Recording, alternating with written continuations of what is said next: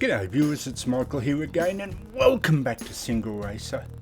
Now for those of you that are constantly getting bombarded, but I mean it in the best way, with all this Automobilista 2, there's a chance you might have missed the last roadmap update by rFactor 2, and here it is here, the July update, and it's quite massive. So let's click on it and just show you a bit. Now I'll just skip over it briefly, but essentially you have two free things. So if we come down a bit further down here, we have the StockCars 2018 download, which you can download for free here, and I'll have a link to this particular website itself so you can download it yourself if you don't have it yet. So we have the StockCars 2018, and here's a picture just down where you could, race all these on any good tracks like say Daytona.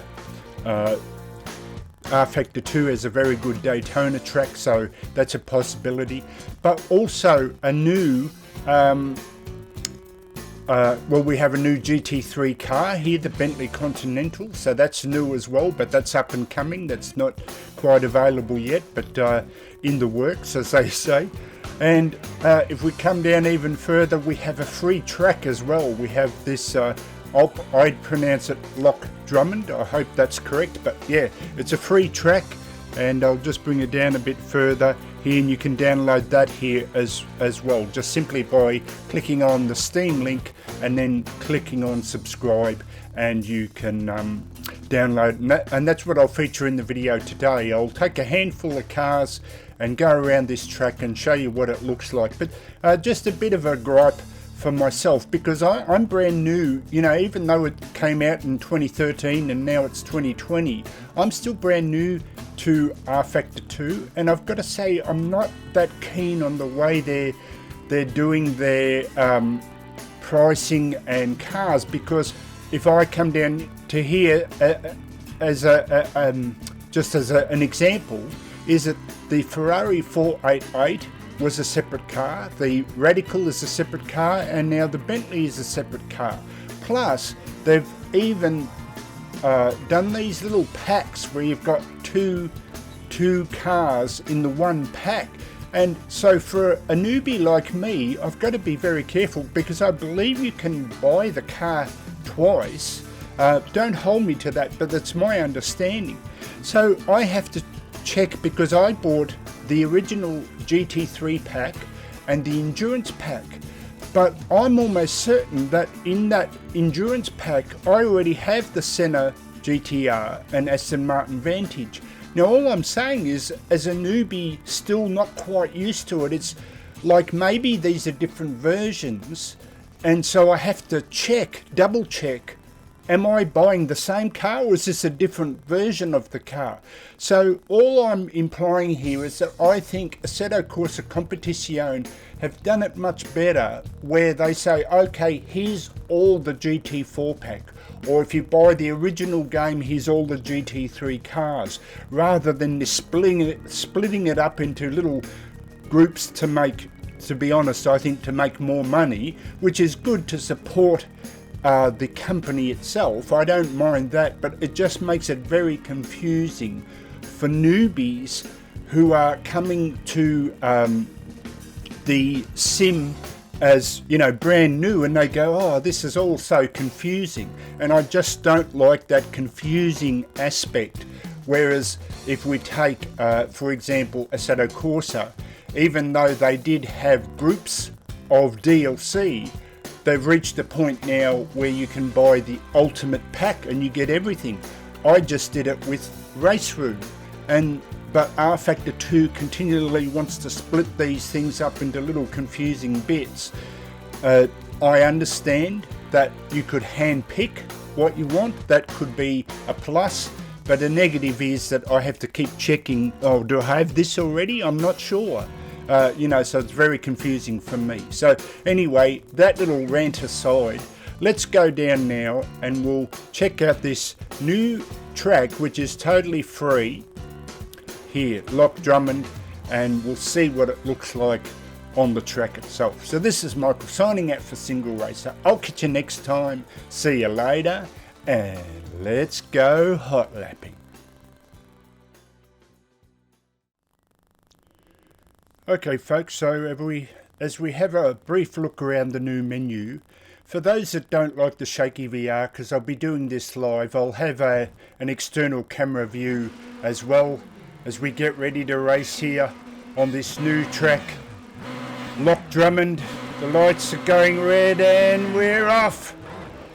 Now I've got to say, I have driven the track a few times just to get a sense of where I'm going, but it's like an 80% thing now. So I'm just going to drive the track deliberately, trying to stay behind as this slowpoke AI driver lets me pass. But yeah, I'm going to stay behind just to kind of help me remember which direction the track goes in, because I can't drive it at 100%.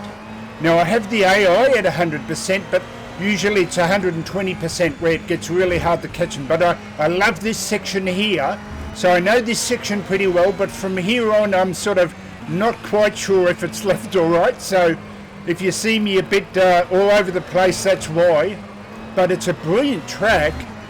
I have to say, it's a very flowing track. There are a couple of sort of technical corners like this one where I really took this bad. You really should, it's almost a double apex kind of corner maybe, or just, you know, your classic hairpin corner, but very flowing nonetheless. And I really, really like it for these types of cars to fly around here. Now, my gearing might be a bit awful as well as I figure out what is the best gear, but like I said, I just haven't driven the track.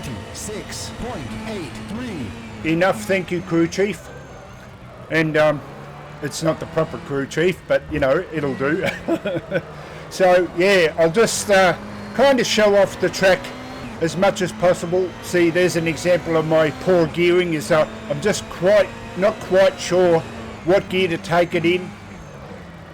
It's just my natural instinct to take a shallow line. It's sort of often the right thing to do and often the wrong thing to do. So, you know, it's a bit of a learning curve as to how to approach this particular track. Yeah, but very flowing.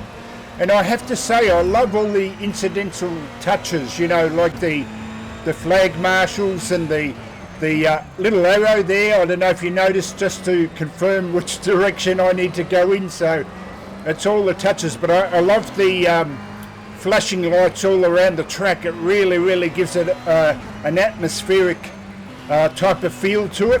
And the mountains here, as you can see as we come here down the straight. Look at those mountains, don't they look fantastic? Just brilliant, brilliant looking track. That And was a 119.36. thank you, Chief. And I have to say that, you know, visually it's probably, rFactor 2 is probably the biggest difference between its early 2013 versions of the cars especially. You know, I almost laughed at a couple. I mean, I don't mean that meanly, but they did look very amateurish in the beginning.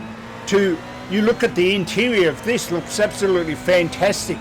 So I think they're trying to release new free tracks that are of that much higher standard. And like I said, I'll show you in the external camera view just how detailed this track is compared to some of the early tracks that you get free when you first buy rFactor 2. So as we try and take this hairpin, try and get the power down. Oh, a little bit of a wheel spin there. And just a very, very nice track to drive. Nice and flowing.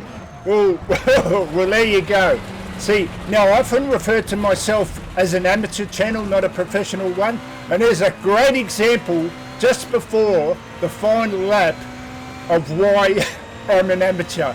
So don't do that at home, folks. There's a big lesson for you. So what I'll do now, this is the cool down lap, but let's have a look around using the VR. It's got lots of little incidental things there, the flashing lights. You've got lots of grandstands. Whoa, as I concentrate on the grandstand and not the track. So there's that amateurish leaning again. aren't I a professional? You know, aren't you just filled with confidence when I take the track? So yeah, but just brilliant. You've got the tents here on either side, tents over here, just beautiful, and another big stand as well. Just, I think rFactor 2 does those little incidental things. I mean, just look at the towers, they look fantastic. Sorry, as I have a little bit of a hiccup there. And yeah, just, wrong gear. And so just overall, they're really trying to improve the quality of their tracks with these newest updates. And I keep hearing that they want to go back onto the older cars and tracks and lift them up to a higher standard as well. So hopefully that'll come in the future. So lots of things still on the horizon for rFactor 2. So if you're still, you know, in doubt whether to get it or not, if you're new to sim racing, I highly recommend it, but it is a bit of a learning curve, so just keep that in mind. You know, it's the higher end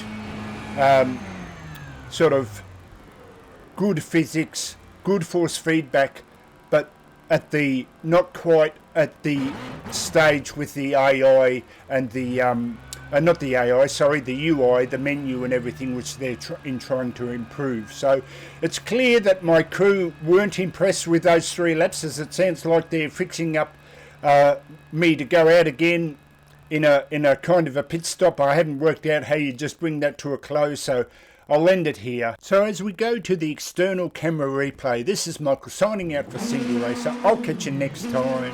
See you later.